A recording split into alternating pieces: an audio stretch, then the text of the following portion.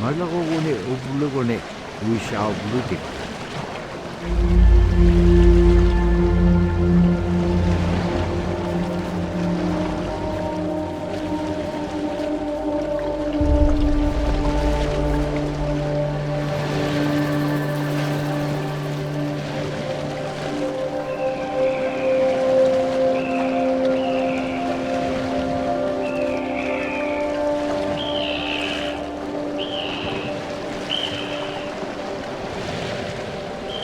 Yapıda tuvakarun pisitçu. Pagkalan tuwabit pagabitçu.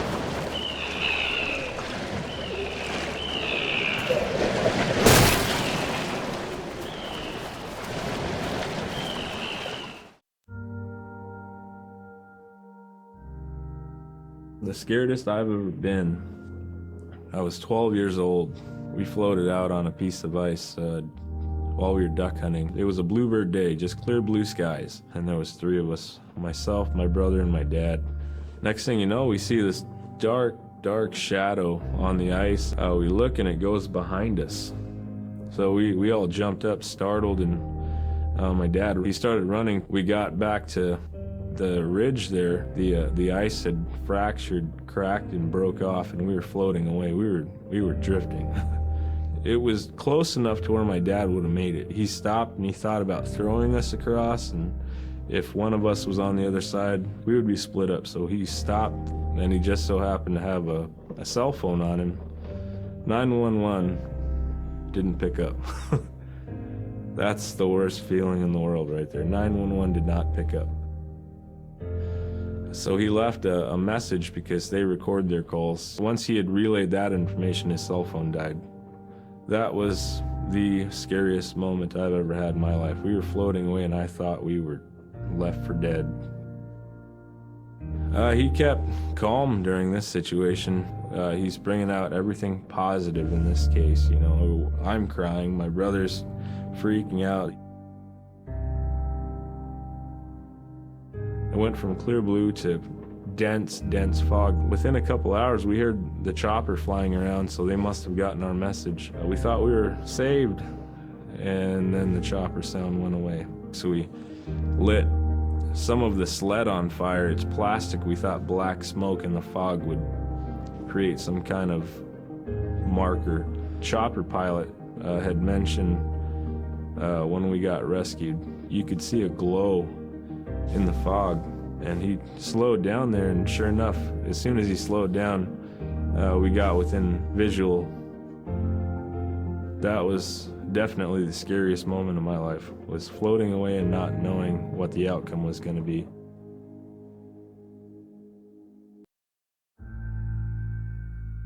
We're very much aware of the climate change.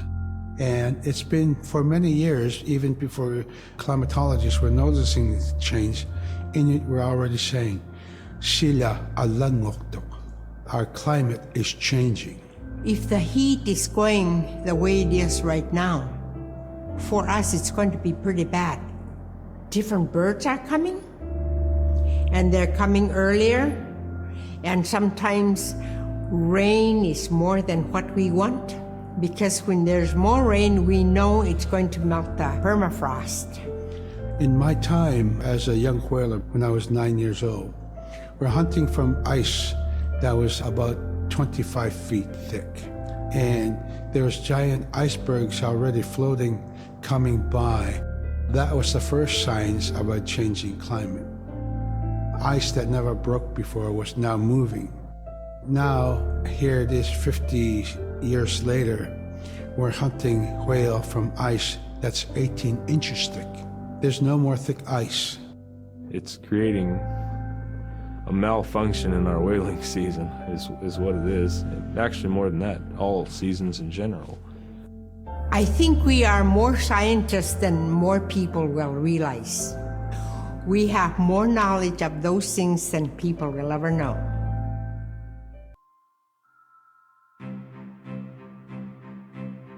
In, Arctic Alaska, hunting is a really important part of life. It's not just about going and shooting something, it's about going and putting food on the table. But more importantly, subsistence hunting isn't just about the insular family unit, it's about feeding the whole community. And I think that's one of the beautiful things about subsistence hunting in Alaska is that people go out and they'll go get, fish, or they'll get a caribou, and they'll get, seals and whales, and one of the first things they'll do is they'll say, oh, I need to take this to the elders. This isn't just about one individual surviving or one family surviving, it's about the whole community. We didn't just go out and kill and put in a freezer.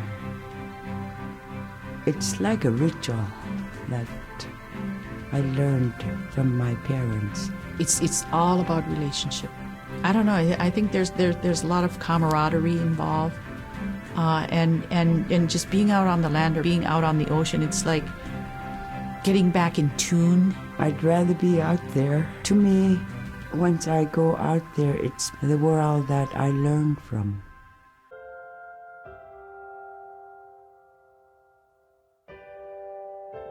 Now we spend all our time out in nature. You get very intimate with the world. And over time, if you're living that life, you start to sense that everything has a spirit. There's a consciousness in everything. Everything is alive. If everything is alive, then we want to respect it.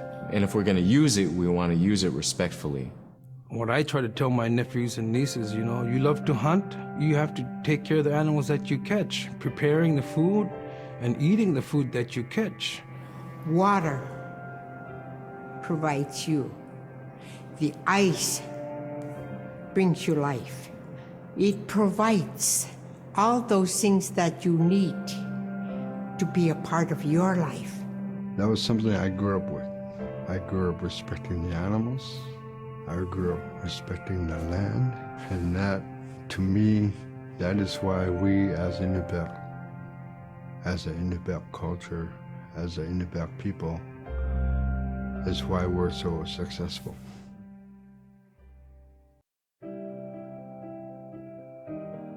Big Diamond, Little Diamond, and King Island. And in those three islands are the stepping stones to get to America.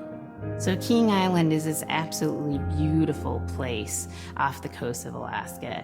And if you can imagine being on this really kind of rocky island that kind of shoots up from the water to these cliffs, and then all of a sudden you see these stilts, and then you look up and there are these houses. They were built on the cliff up high because of the ice. Being an island in the Bering Sea, you have ice that's being pushed by the winds onto the island. So it's going to pile up 50, 60 feet high. Structures are still there today, and people have returned to King Island. It's a growing community as the people return back to their island.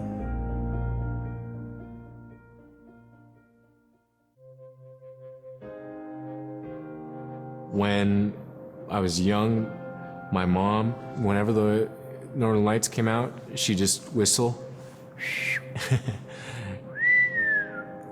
Boy, they come alive. Just keep whistling, and that aurora will just like, you can almost hear it. And then she explained to me a little bit later that those are children, and children who've passed away when they were children. You don't want to draw them in too much, is what she said, because then they could play football with your head, play Eskimo football, and that's what they want to do. They're always playing, those children up there. Don't play out without your hood on. If you don't have your hood on, the aurora person is going to come down and chop your head off and play ball with your head. It wasn't like they were trying to do bad, or it was like a scary story or anything like that. It was just, that's how it was, that's what it was.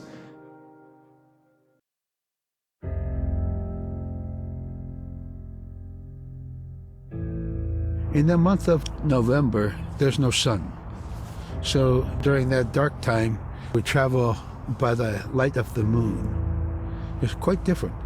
Everything was silver and black. Toward the horizon, we could see where caribou are because their body heat flowing upward, and we could see it glowing in the moonlight against a dark horizon where there's no stars. If somebody yelled, you could know who yelled from where the sound came from, but specifically where that cloud of their breath went up and it glowed in the moonlight. So that was a good time to travel. It was very surrealistic. And so things that were dark objects looked very close, and white objects looked very far.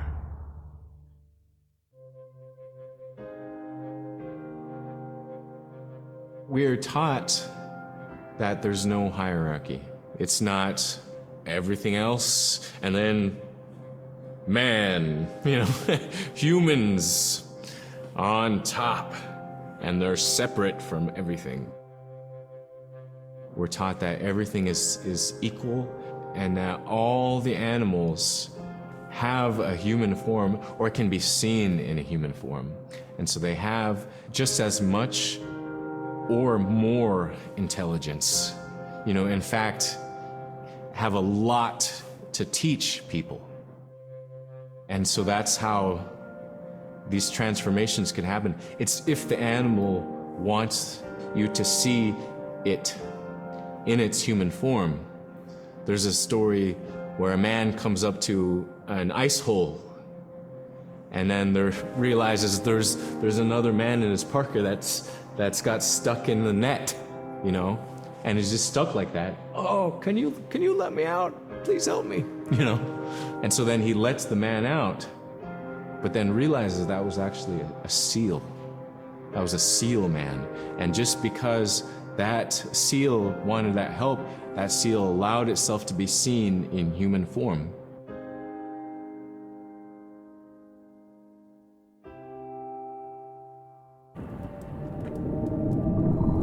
Niveaksiagalualugulo diriganniagalu imaaktuk. Asi taqium angalat kaksivillugik. Taqium igukkaik qairusunginun puktaaqpaum. Araaqanuhurik taimma ipingitpak.